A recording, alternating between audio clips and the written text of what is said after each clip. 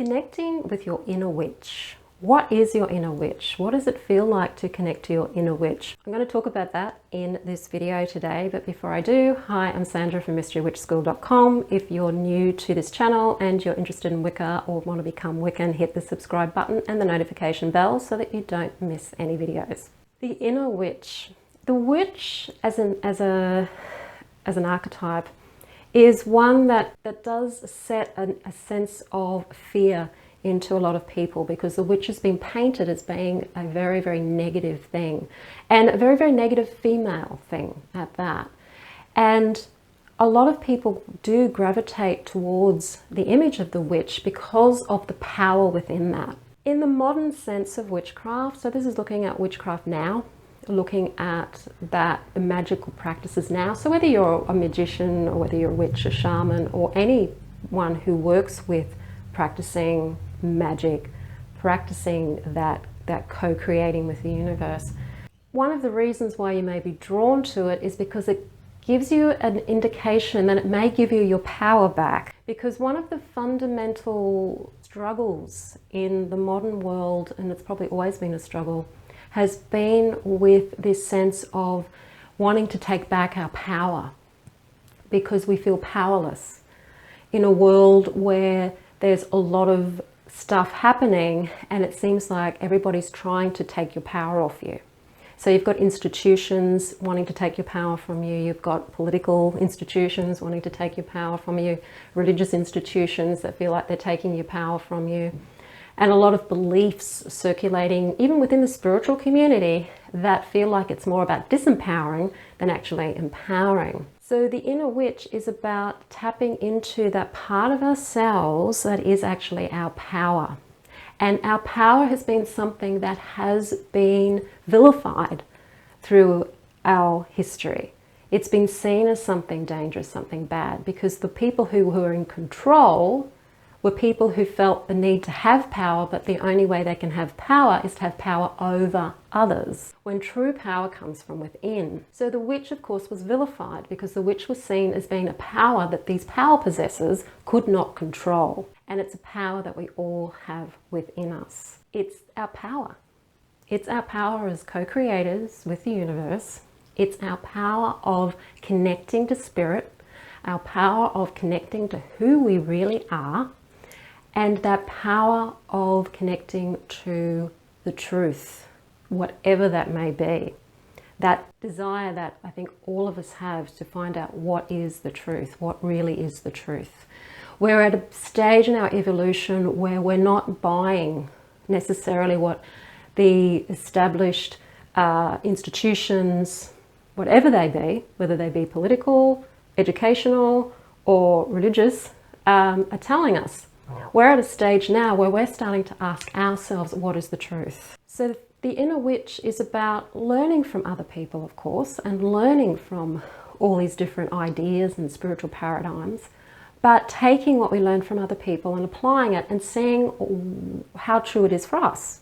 Is this true or is this not true for us? So rather than asking other people, is something true, or as you would in the past, we'd say, you know, what is this? Is this true? Or we're actually asking ourselves, is it true? And going into working with who we really are. And that is empowering, because taking back our power means that we stand much stronger in who we are, and it's much harder for those people who want to have power over to be able to have that power over. The main ways that people have power over us is through using shame, through using guilt, through coercion, and sometimes using physical force. And a lot of the time people are attracted to witchcraft because witchcraft gives them the feeling that they may then be able to have power over the people who are trying to have power over them. So a lot of people are attracted to witchcraft because of the magic. A lot of people are attracted to witchcraft because they feel more powerful when they know that they have, you know, the ability to use magic to help them in situations. But the real power isn't in dishing out spells to control the outer environment. The real power is in the work that we do on ourselves. And so from a modern context of witch, shaman, wise person, a real wise person isn't so much about trying to control the outer world or other people. It's about having that autonomy over ourselves. So taking back our power, learning to have respect for ourselves, learning to stand in our dignity, in our integrity, and our power. We have the power to say no when we know that no it feels like the right thing to say. We don't say yes when we should say no. We don't disrespect ourselves or do something because somebody is trying to coerce us into doing something that is not in our best interest or most likely theirs in the long term. It is about being able to have a broader perspective about life and ourselves and not get our buttons pushed so much by other people who may have a different opinion to us, who may cut us off in traffic, who may even, you know, swear and abuse us. Not necessarily get riled about that, because the only person they're really insulting is themselves. When you have that sense of power, you just see that person doing those behaviors and you just really see the sadness in that and where they're at. And it's not like you're trying to do that to belittle them so that you can feel better.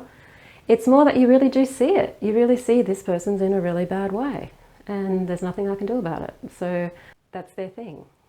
It's about that power. That's about what power is. It's about asking ourselves what the truth is, learning from other people, and being able to stand in our truth, speak our truth, and not feel constantly that we're being victimized all the time by what's going on in the outside world. It's refusing to be a victim, okay?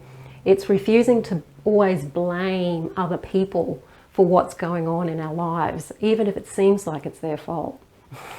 It's about taking back our power, which means we take back responsibility, we take back accountability, we take that back. So that's what the inner witch is. So finding your inner witch is about getting back in touch with you. So finding a way to get back in touch with who you really are and what you believe and why you believe it.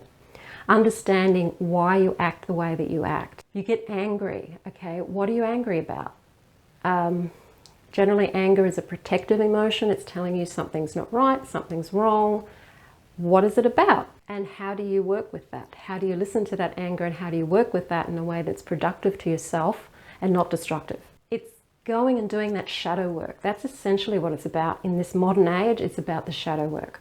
We have access to shadow work now like we've never had before. We've come so far from Jung. We've come so far from, definitely come a long way from Freud.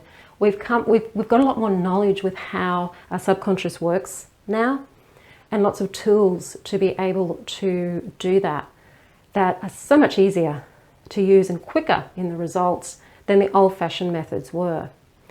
So this shadow work or this self-development work, this work of the inner journey into the self, is where the witch power is. It's not in being able to curse people. It's not in being able to attract money. That's just external stuff. That stuff's helpful, like being able to attract some money when you need it is helpful. If you're wanting to be able to enhance your attractiveness because you're ready for a relationship, then that's great to have.